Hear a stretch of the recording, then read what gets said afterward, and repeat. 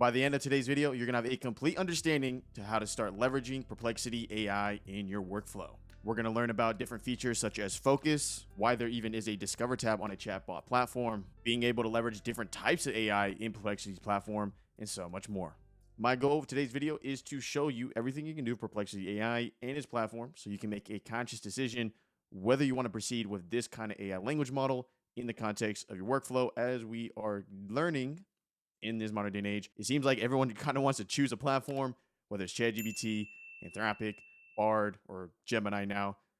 Everyone just kind of goes with whatever they are most comfortable with. So in today's video, let's go ahead and jump into everything we need to know about Perplexity AI. First thing I'll note is that this platform is free, and then they have a paid version. So we're going to see both versions here. The free version allows you to do a lot of search, a lot of chats. Seems like the paid version allows us to access higher models and higher usage caps. Let's just go ahead and get a borderline understanding of what this platform is about. The way I want you to think about this platform is a lot more lasered in for very specific use cases. Right off the bat, as you see here, we already have a focus feature. This isn't available in other chatbots. This allows us to laser in the prompt we're about to put in depending on our context, whether that be YouTube, we're looking for a YouTube video, Wolfram Alpha, trying to do some math, academic, Reddit, and so on. Therefore, your next question might be, why is there a Discover tab? The purpose of the Discover tab is this is supposed to be like a search engine. So Perplexity's AI value point is it can be used like other models like ChatGPT, but it seems like its main selling point here is that it should be used like a new Google. Therefore, if I type in how do I notice how it was auto-completing my search queries, kind of like we see with other traditional search engines, where the internet may be experiencing a new wave of search categorization and data manipulation. If we're going to use this like a search engine, let's go ahead and ask a question we would traditionally ask a search engine. So we're going to say, how are volcanoes formed? This is the user interface for these kind of searches. So what this does comparative to us searching on Google is it kind of condenses the information so we don't have to search through the sources ourselves and read the sources ourselves. So what it'll do is it'll give an answer and then it'll reference every single data point that is where they got the information from, as you see from these different article sources. So 1 would be associated with 1, 3 would be associated with 3. If I click these, I can actually go to the source itself. There we go. On top of that, we got our images over here. We can search on video. We can actually generate images based off a search query. And then we get related prompts based off the original search. So a couple things I want you to take note here. First thing I want you to take note here is notice how there is no ads. Traditional search, we would expect to see ads by now. And on top of that, if we clicked on one of these articles, we would most likely get either a pop-up for a newsletter or a pop-up for an ad. First advantage. Long term, though, they may add ads in this, so I don't know if that's going to stay. Second main point here. Notice how when I ask the query, it basically summarizes 4 different articles into one main answer. This comparative to if I were to traditionally search it and click through every single article, read every single article, and come to my own consensus, it's expedited the workload in the sense of basically I can know this is probably the most reliable answer due to it being referenced by sources. But how is it identifying what sources are deemed most valuable in the context of my search query? I'm not too sure. This may be biased. Who knows? Who knows how they structure their backend when it comes to the sources they choose for the answers? Past all that, though, what makes this advantageous is the fact that it's a communication rather than a search. Or I can come down here and say, how do volcanoes erupt? And proceed in a conversation-like flow relative to me having to research this, research sources, and proceed in that manner. Perfect. We understand the search feature, which is probably basically the biggest value point I see out of Perplexity AI so far. Now we must understand the collections feature. We're going to add it to a collection here. We'll say volcano research. Hit enter. Now we can reference our chats and categorize them within a collection. So there's a new collection here. I'm going to say volcano report.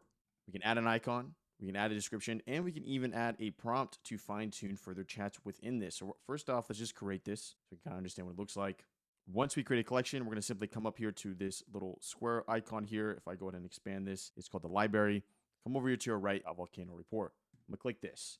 Here is the first major thing we can do and understand about collections. First, notice how the original message that I added to this collection has kind of fine-tuned the suggestions right off the bat. Next, let's actually edit this collection. We're going to go ahead and say format your answers as a bullet point list. So this is basically any type of new conversation we do within this collection should follow these guidelines. I'm gonna go ahead and click this question here. There we go. Now, every single time I inquire further within this collection for this volcano report, we're gonna expect our answers to come out in bullet point form. Obviously, we can do a bunch of other stuff when it comes to how we want to format our outputs, but that is a good rule of thumb that you can now understand when creating threads within collections. So I'm making this volcano report, but I need to make sure that my sources are good. So I'm actually going to laser in here and go to academic. I'm going to say, give me a paper that says how Pompeii happened. Really random. I don't even think I spelled Pompeii correct. So here's our answer. I noticed that there is no reference to an academic paper. I'm going to say, can you give me an academic paper for this? Hit enter. There we go. Actually, there is no specific return of academic paper, so sometimes it won't actually be able to find a paper. Let's actually try again. We'll try something simpler. We're going to say, how do volcanoes work? Hit enter. There we go. We got our sources for this relevant question. We can go even further here, and we can just basically add these little search by video. It will give us relevant videos. I'm assuming using YouTube's API. Let's go back out from here, though. Let's check out another feature of Perplexity AI, which is our ability, if we come over here to our settings, to adjust the underlying models used within the chat. This is pretty cool, y'all. So if I come down here, as you see, we can actually choose from different models within the market, such as GPT-4, Cloud 2.1, Gemini Pro. Also, we can go ahead and choose image generation models between default and DALL-E 3. This is important and this is powerful in the sense that sometimes maybe you want to use GPT-4 for more complex inquiries. Therefore, we can actually switch to it within the settings itself. Another important feature within the settings is our ability to actually turn off their ability to train on our data. So if that is important for what you're using this model for, make sure to switch that off. Coming over to the Discover tab here, because this is much more like a search engine, they're going to have their own version of a homepage when it comes to relevant articles that got released today. So if I go, for example, to NVIDIA surpassed Amazon, I even got a suggestion here of what we could possibly search here. In addition, all these different sources. Notice how it takes the topic or the headline. It grabs all the articles that basically exist that are relevant on the internet and then summarizes it by combining all that data into one piece of an output. Furthermore, we can even go as far as ask more questions on the topic. That just about does it for Perplexity AI. From my viewership and my audience, I kind of got the vibe that most of us are using this, the free version, for a search engine-like experience. If you want to see this compared with ChatGPT or compared with Google search, check out the playlist at the end here, as basically I compare the two, see which one seems to have better outputs and overall a better experience. Make sure to leave a like, it's completely free, and I'll see you in the next video. What do y'all think? Are y'all switching to Perplexity AI, or are you just going to stick with just Google it? That's the playlist I was talking about. That's a random video. That's my face. Something happens when you click it. I'm not too sure, but something happens.